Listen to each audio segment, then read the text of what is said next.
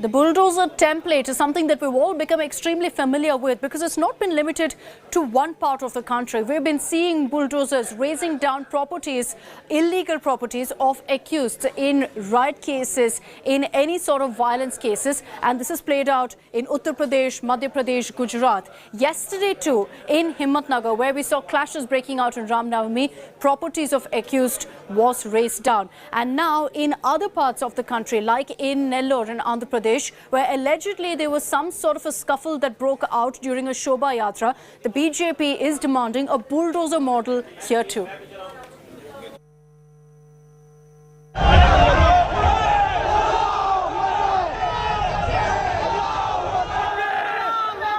Sloganeering, face-off and unrest. Outside this Nellore mosque during a Hanuman Shobha Yatra.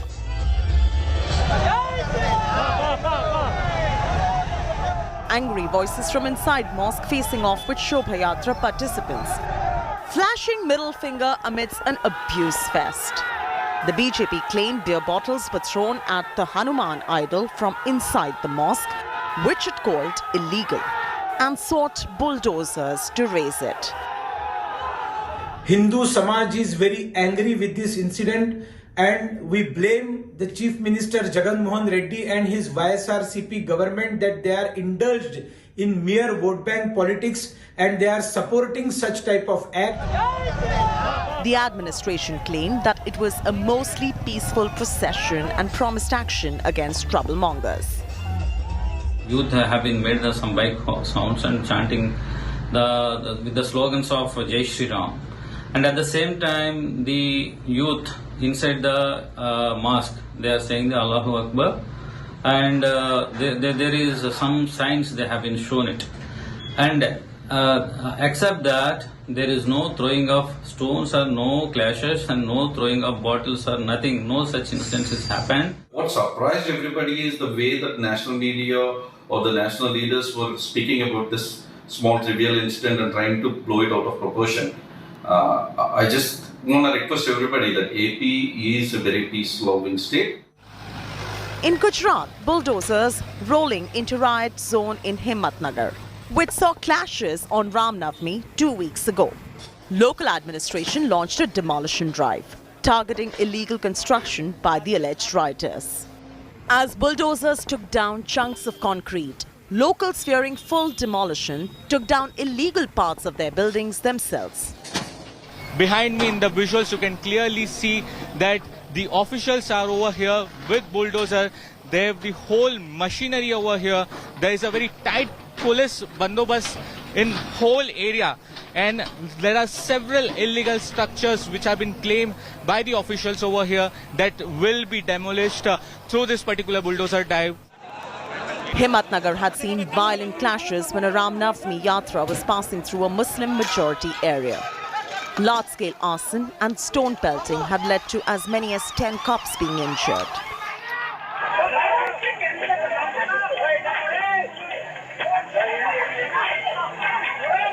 In Madhya Pradesh's Khargone, that saw attacks on a Ram Navami procession, BJP MP made a provocative dare, asking Hindus to unite to take on those attacking religious processions. The MP Gajendra Patel said Hindus must answer in kind to stone pelters. ये माँ भारत का देश है, हम धर्म के आधार पर जीते हैं, और अगर आपने पत्थर बरसाए हैं, तो हम भी संत सनातन धर्म के लोग हैं, पत्थर तुमने बरसाए हैं, हम बड़े पत्थर और ईंट का जवाब पत्थर से देने के लिए तैयार रहना है. Is India's communal fault line seeing a worrisome widening? Bureau Report, India Today. And let's get you details of the latest controversy that veteran Congress leader Digvijay Singh finds himself embroiled in. He's made a comment alleging that BJP is paying Muslim youth to pelt stones. Now, Digvijay Singh, by his own admission, says that this is unverified information that he received about BJP paying poor Muslim youth to pelt stones. The senior congressman's comment comes after communal clashes broke out in several parts of the country, in Rajasthan, Delhi, Madhya Pradesh and Gujarat on the occasions of Ram Navami and Hanuman Jayanti. The Congress MP had also earlier shared photographs of men waving saffron flags outside a mosque, claiming that this incident occurred in Madhya Pradesh, when in reality, it had actually happened in Bihar.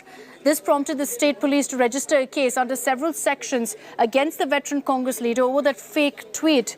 Now, while Digvijay Singh's latest claims are completely unsubstantiated, it remains to be seen if any action will be taken against him. The BJP, on its part, has lashed out at Digvijay, calling him a guide of fake news.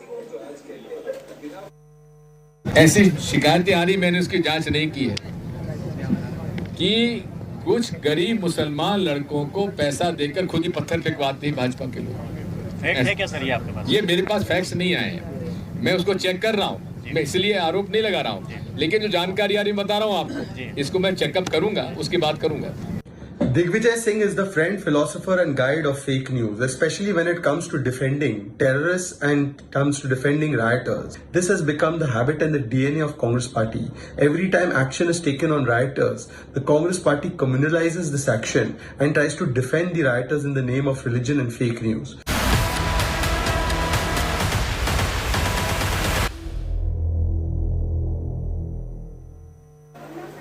Let's get you the latest on the endless war of words over the Hanuman Chalisa showdown in Maharashtra, and particularly over the arrest of Ranas and the slapping of the sedition charge, something that the BJP has been up in arms over. The Shiv Sena has been defiant, justifying the action against the Ranas. And now in the latest twist, Shiv Sena MP Sanjay Raut has alleged that MP Navneet Rana is linked to the Dawood gang. He's claimed that she actually took a loan from someone who is part of Dawood's close inner circle.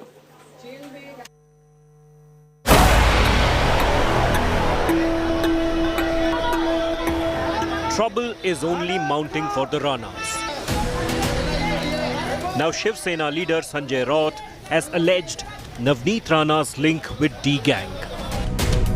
Raut tweeted claiming that the Amravati MP took a loan of 80 lakh rupees from Yusuf Lakdawala.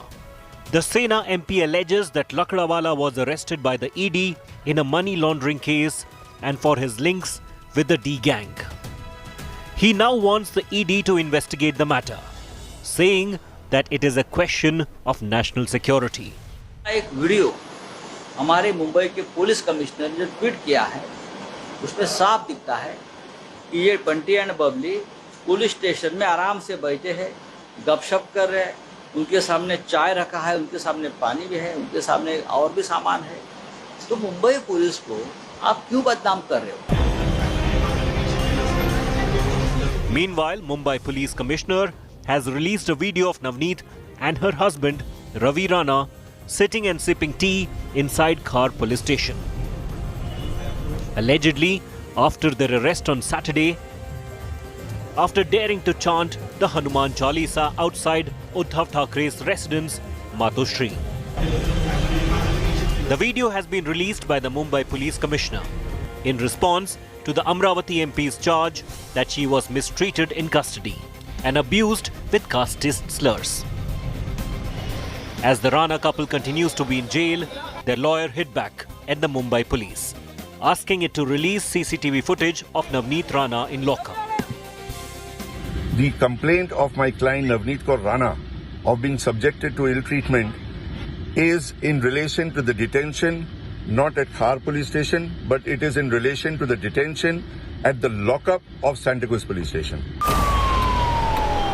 Navneet Rana has alleged that she was ill-treated in the Khar police station lockup, denied drinking water, abused on basis of caste, and treated worse than an animal. Her charges are as baseless and as big a lie as is her caste certificate.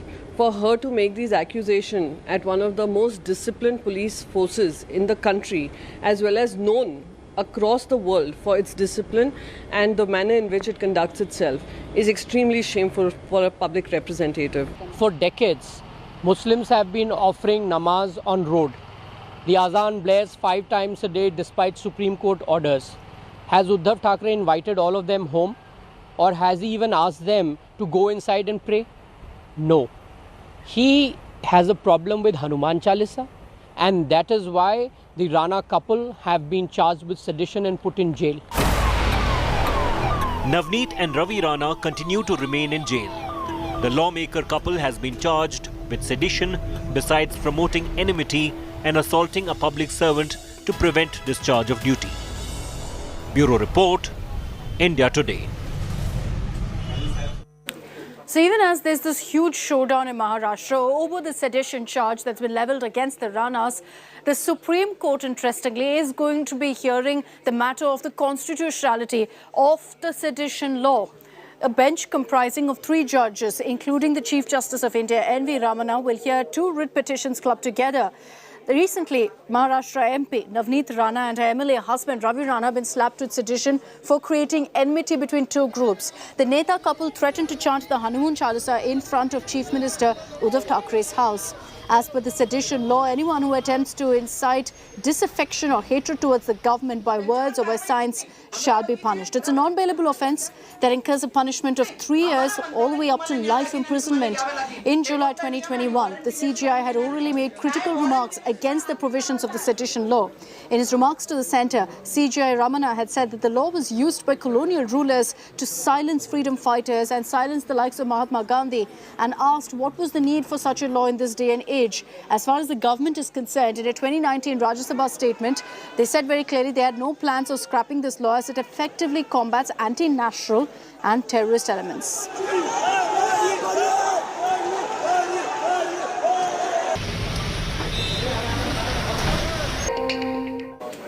With less than a year to go for elections in Karnataka, there's a clear template that's being followed of non-stop polarization. The latest comment has come from another fringe leader, this time Shriram Sena chief Pramod Mutalik, spewing hate on minorities at an event in Bagalkote, warned with regards to all of the violence and communal clashes breaking out, saying for every stone they pelt, we'll pelt 1,000 stones. He's even taken that forward, demanding that Hindus boycott Muslim shops selling gold this Akshaya Tritiya.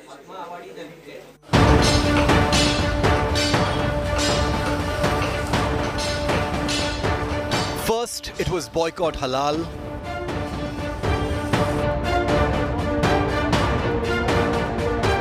Then it was boycott fruits from Muslim vendors. And now it's a call to boycott gold from Muslim shops.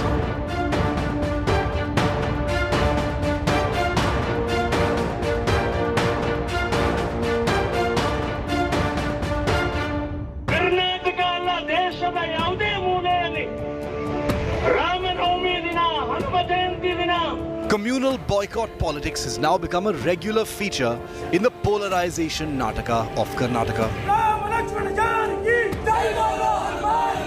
Shriram Sena chief Pramod Mutalik, a man who's known to spew hate, has sparked a fresh fight.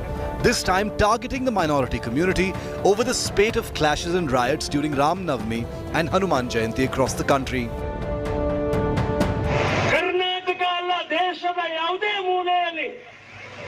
Ramanavami ದಿನ, ಹನುಮ ಜಯಂತಿ ದಿನ, ಗಣೇಶೋತ್ಸವ ದಿನ, ಯಾವುದೇ ಹಬ್ಬದಲ್ಲಿ ಒಂದು ಕಲ್ಲೇನಾದ್ರೂ ಬಿದ್ದರೆ 1000 ಕಲ್ಲು ಇನ್ನು ಮೇಲೆ ಮುಸ್ಲಿಮರ ಮೇಲೆ ಬೀಳುತ್ತಾವಂತ ನಮಗೂ ದೇವರ 2 ಕೈ ಕೊಟ್ಟಿದ್ದಾರೆ. He followed this vile threat with a call to boycott Muslims selling gold this Akshaya Tritiya. ನಾವು ಹಿಂದೂಗಳ ಜ್ಯುವೆಲರ್ಸ್ನಲ್ಲಿ, ಹಿಂದೂಗಳ ಚಿನ್ನದ ಅಂಗಡಿಗಳಲ್ಲೇ ಖರೀದಿ ಮಾಡಬೇಕು ಅಂತನ್ನುವಂಥದ್ದು ಜನರಿಗೆ ಅನಿಸ್ತಾ ಇದೆ. ನಾವು ಹಿಂದೂಗಳ ಹಬ್ಬ ಇದು. ಸೊ ಪವಿತ್ರವಾದಂಥ ಹಿಂದೂಗಳ ಹಬ್ಬ ಹಿಂದೂಗಳ ಅಂಗಡಿಯಲ್ಲೇ ಖರೀದಿ ಮಾಡಿದರೆ ಹಿಂದೂ ಸಂಸ್ಕೃತಿ ಉಳಿಯುತ್ತೆ, ಹಿಂದೂ ಸಂಪ್ರದಾಯ ಉಳಿಯುತ್ತೆ, ಹಿಂದೂಸ್ತಾನ ಸುರಕ್ಷಿತವಾಗಿರುತ್ತೆ ಅಂತನ್ನುವಂಥ ಭಾವನೆಯಿಂದ ಜನನೇ ಇವತ್ತು ಸ್ಪಂದಿಸ್ತಾ ಇರುವಂಥದ್ದು ಅತ್ಯಂತ ಯೋಗ್ಯವಾಗಿದೆ. Mutalik's comments follow a clear narrative in Karnataka of non-stop polarization, which was sparked off by the hijab controversy that fanned unrest across the state. The opposition has accused the Bombay government of emboldening the fringe and creating communal unrest, leading to incidents like the riots in Hubli, a charge that's been refuted time and again by the chief minister. ಕಠಿಣವಾದ ಕ್ರಮ ಅಂದರೆ ಹಲವಾರು ಕ್ರಮಗಳಿದ್ದಾವೆ. DJ ಹಳ್ಳಿ KJ ಹಳ್ಳಿಯಿಂದ ಹಿಡಿದು ಎಲ್ಲವೂ ಕೂಡ ನಾವು ಮಾಡಿದ್ದೇವೆ. ಅದಕ್ಕೆ ಕಾನೂನಿನ ಬಲವೂ ಕೂಡ ಕೊಡ್ತಾ ಇದ್ದೇವೆ. ಇದು ಒಂದು ರೀತಿಯಲ್ಲಿ ಕರ್ನಾಟಕ ಮಾಡೆಲ್ ಇರ್ತದೆ. So Mutalik's comments are the latest in a series of provocations by fringe groups, spewing hate and venom, making the most of a vitiated political atmosphere in the state with less than a year to go for assembly polls. With video journalist Madhuwar, Nolan Pinto for India Today. There's been endless concern that a fourth COVID wave could be hitting us here in India very soon. In the last 24 hours itself, the infection rate again has gone up with over 2,900 COVID cases being reported across the country. Prime Minister Narendra Modi, in view of the spike in infection rates, has called for a meeting today with chief ministers, a COVID review meet.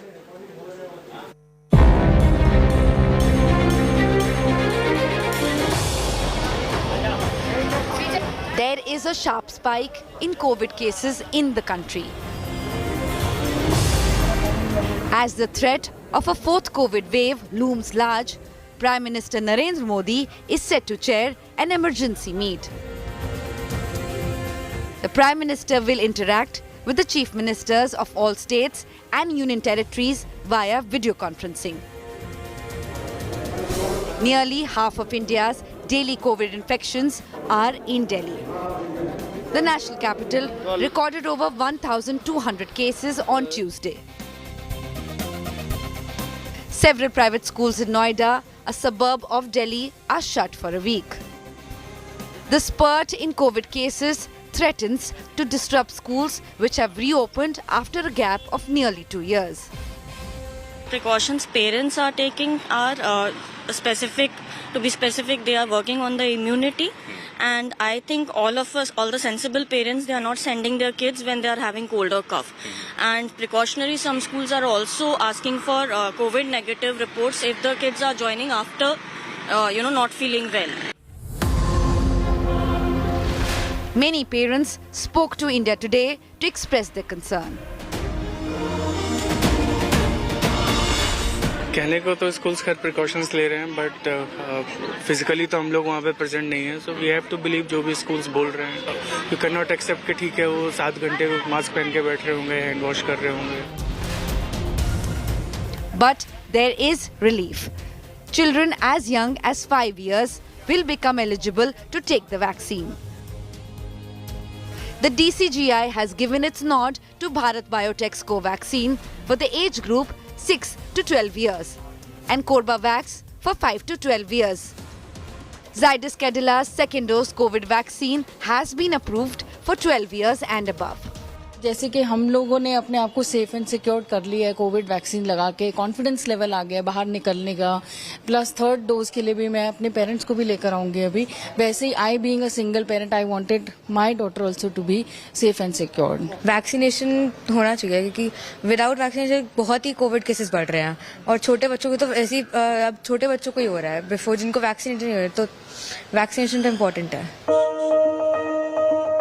While children are more exposed to COVID, now that schools are open, doctors say vaccines can protect comorbid children and boost immunity. We have seen a sudden rise in the number of cases over the last few months because the children, they have started going to the school and they have been exposed to the various other students who are suffering from virus illnesses. So it's definitely will act as a much protective effect on their health and will help them in fighting this infection. Many states, including Delhi, Uttar Pradesh and Haryana, have once again made masks mandatory in public places. While infections are rising, the government maintains there is no jump in hospitalizations. A fourth wave, even if it happens, will hopefully be mild. With Milan Sharma in New Delhi and Ashutosh Mishra in Noida, Bureau Report, India Today.